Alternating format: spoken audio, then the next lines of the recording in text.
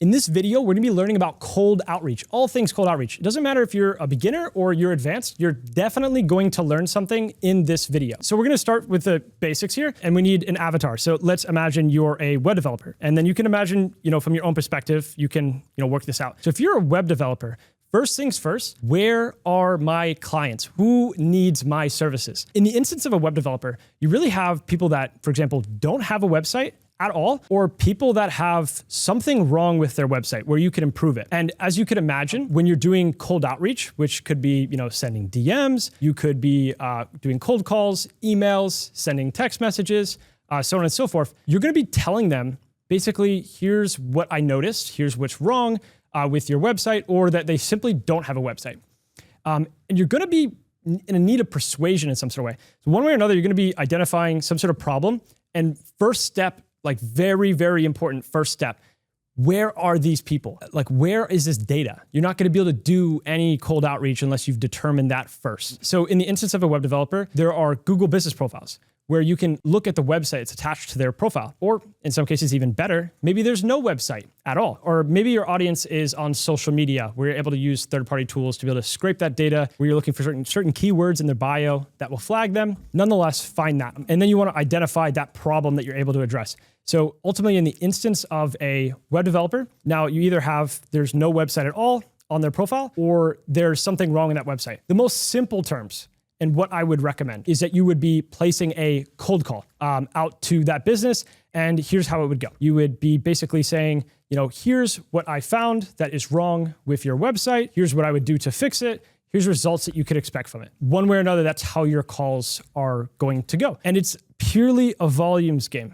If you place 10 calls and nothing happens, then that's 10 calls. You do 100 calls. At the end of the day, you're gonna have to put in the time. And I don't really recommend that anybody truly even starts doing emails, texts, or really the kind of things that could start costing money until you know that you can actually persuade and sell somebody. When it comes to emails, texts, hiring people to do some of this stuff for you, you really want to make sure you have it dialed in. And if you have an opportunity sitting in front of you, you can close them. So let's go back to where you're placing all these cold calls. And then if you wanted to be able to automate this process, where the next step further is you're calling and you are setting appointments. The next step from this would be basically like you are sending texts or you're sending emails, and you're gonna want to personalize this in some sort of way. And when it comes to sending emails or sending text, for example, an email, I would recommend like Instantly, Smart Lead. For sending text, you have like SendGrid, you have High Level, Twilio. There's a lot of tools that you're going to be able to utilize for this. And from that point, you want to craft some sort of offer, and you want to think back to what was working with my cold calls. So a really simple example is that Google Business Profiles is a great way to identify businesses that are somehow online, but don't have,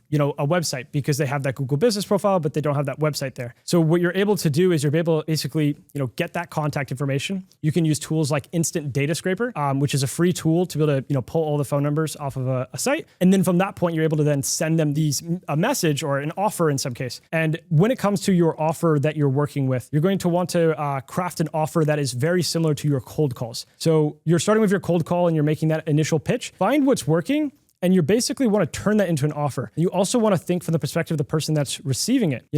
How would I react if I receive this? If you're working on something that also sounds like it goes to everyone, that's not good. And that is really a common mistake, whether it be cold calls or anything. You really want to take full advantage of, if you have the option of, company A that does everything for everybody, or you have company B that only provides XYZ service, for example, web development specifically for air conditioning contractors. And that is all they do. And somehow, some way, they make all their money doing that because they must be damn good at it. You want to position yourself like this. It's a really common problem that people, when they're trying to craft an offer, which is crucial, like whatever it is you're saying on the phone or in your initial text, email, DM, so on and so forth, it's super crucial that it sounds as if it is just for them. It's just for their industry. The more specific, the better, because it's going to resonate with them. And so that could be articulating, how if you don't have a website, then you're losing foot traffic to somebody else, or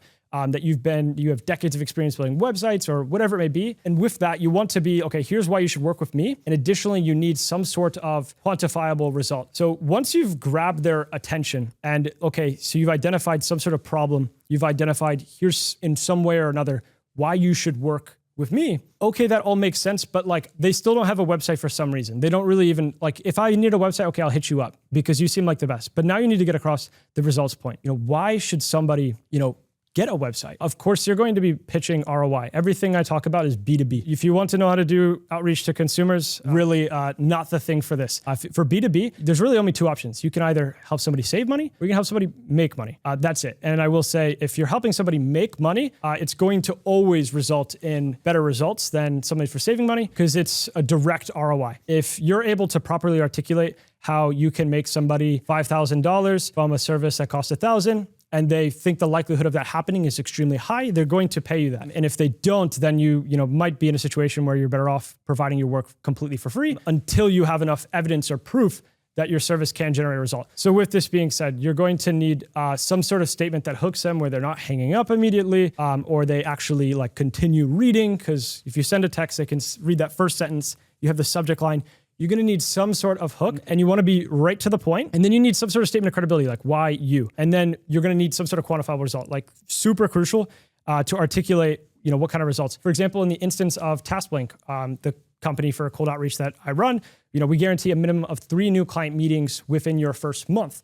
That would be our hook. And if we're doing cold outreach, and in our instance, we're literally doing cold outreach for others, our cold outreach, our statement of credibility is you're receiving this through the exact AI outreach system that I could build for you. Now, this comes into another topic where, again, you could have the example of I've been building websites for restaurants for decades, or you could say that, let's say you have no experience and you could say I'm hungrier than anybody else. You could lean into I took this personal injury attorney firm from 0 book calls to 72 book calls a month. There's a lot of examples of this. And now with this being said, so you've hooked them in some shape or form and you've stated some sort of direct to the point, I build websites for blank, some sort of statement of credibility. And then you're going to need some sort of, how do I phrase this? Steps or actions that cause you to deliver this result. If you want to reach out to somebody and say, hey, I help blank make more money. I'm the best at making money. I just double your money. Basically, you could have this perfect offer where I guarantee you double your money in your first month and you could do everything else I just said, but then mess up on this part. What are you going to do for them? So what is this website? What is it? If you just say, here's what I do, and here's the result you could get. It's the equivalent to if you were saying to somebody that, hey, I can double your money in this period of time with no explanation. Basically, you need an explanation. You have to very quickly, and here's an example for us. We scrape Google, message them, and get them booked directly in your calendar. How do we get 3 booked appointments within your first month? This is how we do that. You're going to have some little quick, snappy explanation. You can't have the most longest. You're not explaining everything to them. At the end of the day, also important to note that they don't care about your features at all. You're just hooking somebody one way or another. And then eventually to get to here's this quantifiable result. And then the statement before that is really is why they should believe you and here's how it works so that they actually will respond to that. And once you've got that across and really this foundation that I'm describing to you is some sort of initial hook and straight to the point, I do this for blank. And then you need to describe why here's how you do it, and here's the result you're going to get from working with me, and then some sort of call to action. Would you be open to a quick chat? Would you be open to using this in your business? Can I share some ideas with you? Is it cool if I send you over a video? Something that's super easy to say yes. Your goal is to have them raise their hand in some sort of way and say yes. And same thing, you could get them on the phone and you're trying to get them to say yes in some sort of way. And then I really do not recommend, whether it be cold calls or anything, you could have them on the phone right there and there on that spot. And you could spend 30 minutes trying to explain and sell them on the spot. You're making it really, really easy for them to say that, oh, I don't have time right now. Your sole goal with cold outreach is to set up another time to communicate one way or another. Once you have a time to communicate, there's no longer this objection of, oh, I don't have time. You only need to get enough information across for somebody to say it's worth my time. You don't even need to get really past the payment part yet. Just that you want to strike curiosity to be able to maximize engagement, to have them raise their hand and say yes in some sort of way. And from that point, once you've got them to where they've agreed to book an appointment, that's where the actual sales process can begin one way or another, where you kind of wanted to probe what specific problems that they're having right now to then be able to articulate, of course, like how you can resolve it. And this isn't necessarily a sales video. Those in many ways are the foundations or the basics of crafting an offer. And again, when it comes to data, there's additional sources, whether that be you're using instant data scraper to be able to get information from Google business profiles. Again, I recommend just cold calling it first. There's sources for LinkedIn. You need to the easiest thing to do is to first confirm, and the very first step, confirm the context, confirm that like these people you're reaching out to are valid, that you could actually sell them something. And then you need to play around with this. Like this exact framework, which I can't express enough, it's like you have this introductory statement, you have this I help blank do blank, in some sort of way, and you're specific to them. Statement of credibility, steps or actions to deliver the result, and then some sort of quantifiable result, call to action. I'm really giving a lot right here. It's if you really like break this down to what I'm saying right now and actually try this out and keep it, I'll even juice it up some more. You have that introductory, hey, you have the quick and snappy hook, I do this for these people. And then the middle part, which is the bulk of it, it's a credibility statement, steps or actions, and the quantifiable result, call to action. There's 4 little segments here. If you really try this out, you can plug and play what your steps or actions are. You can plug and play your initial hook, your credibility statement, your quantifiable result, your call to action. Everything comes down to sending the right offer to the right person. So once you've confirmed your data, this is how you craft an offer. And typically I'll say 320 to 640 characters. But if I want to be more specific, it's like 480, 640 characters. This kind of information in terms of when you're doing a cold outreach via text, email, LinkedIn, this is a kind of range you want to be in. And I will say, a lot of people will say that it should be significantly shorter. In terms of getting people that say yes, that are worth your time at that point, that is what you want. And again, I can't express enough, the easiest way to start is cold calling.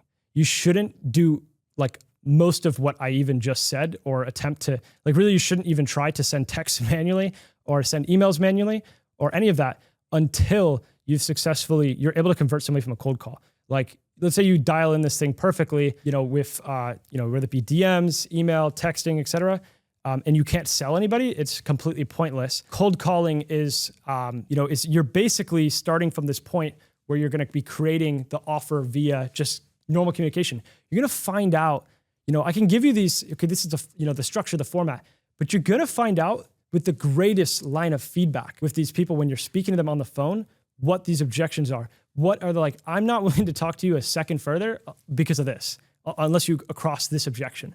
You're going to notice this, and that's what you're going to want to be in your hook. And if I want to go a step further, because that's the baby steps, and you're going to have such a hard time trying to craft a text message if you're not willing to cold call. And cold calling is easier than it's going to be to actually set all this up. And again, let's say you're crushing with cold calling, and you're like, man, I want to pour gas in this. You can always reach out on TaskBlink.com, book a call, and we'll get all the automation set up for you to be able to send text messages, emails automatically. But once you've figured out that offer for cold calling that's working, that's when you can now graduate to the more automated formats of cold outreach. And additionally, to go another step further, if you want to do ads, like everyone says, do ads. And I'm not saying you don't do ads, but there's baby steps.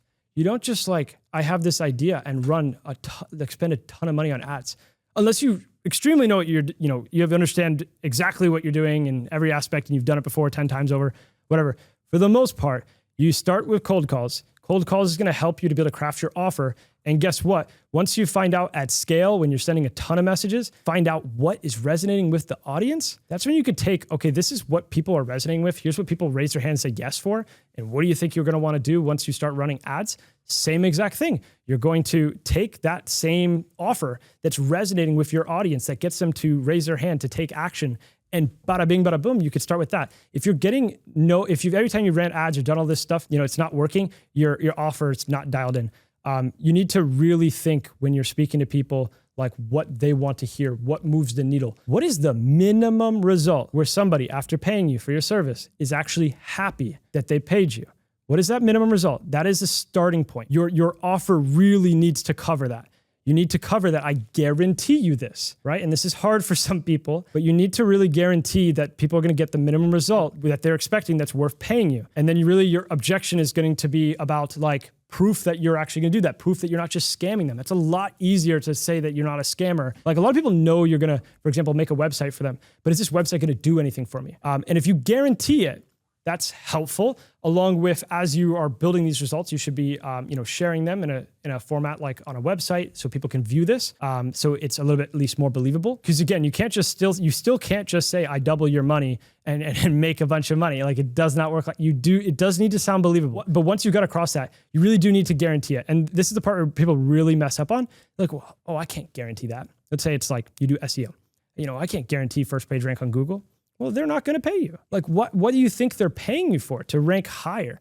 And if you're like, well, it might not happen. They're like, well, I might not pay you. That's how this works, right? And so you need to think about it from the perspective of like, oh, well, I can't afford the refunds. Let's think about it. Because if people, we were talking about this general subject of guaranteeing the minimum result that somebody is actually happy that they paid you. And ultimately, you need to look at the situation and say, can I do that? And if you can't do that 90% of the time, then the service is actually the problem. And this is where I really would, like, if you're just starting out and like, whether it be you're surveying or whatever, finding that situation is where what is that minimum result where people are happy paying X amount, you really need to look back at the service first. A lot of people, like, this is the problem.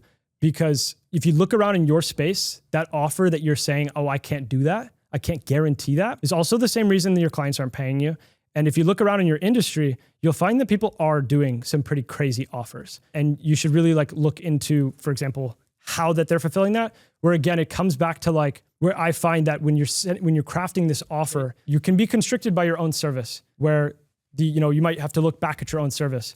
But let's say you have a great service, which again is most people, where it's just a matter of like people don't know who the heck I am. That is perfect for you. Cold outreach, you're going to crush. Because at the end of the day, you're going to be able to articulate, here's, who what I do, here's who I do it for, here's why pick me, here's how I do it, and here's what I can guarantee you. And then you already confirmed that you're saying this to the right people, right? Tell me why that wouldn't work. It does, right? This is what you want to do. And you might find that everything that I just described to you is perfect, except for what is my guarantee, right? Look at your industry, talk to ChatGPT, right? And then like, let's say you're talking to ChatGPT, what's a more aggressive offer? Test this stuff out. Keep in mind that like, it doesn't need to be like 100% of the time you can do that.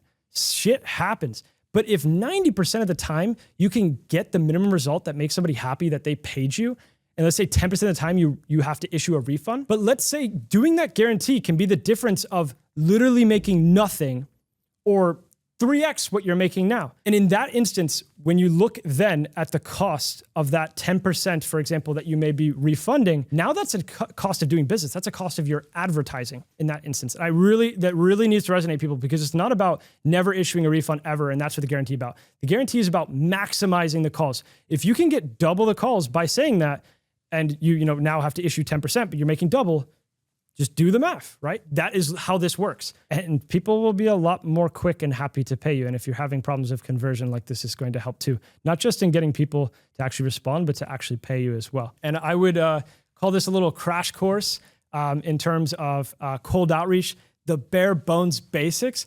Now, once you've dialed in the cold calling and you're ready to actually, okay, now I want to automate this system. I want to reach out to thousands of people a day, 6,000 people on email, 800 people on text every single day, right? Can you imagine what this may do for you? If this video resonated with you at all, if you feel like you've taken away any value and you're like, man, I would love to have some more of this, like, comment, subscribe, especially subscribe, click those buttons.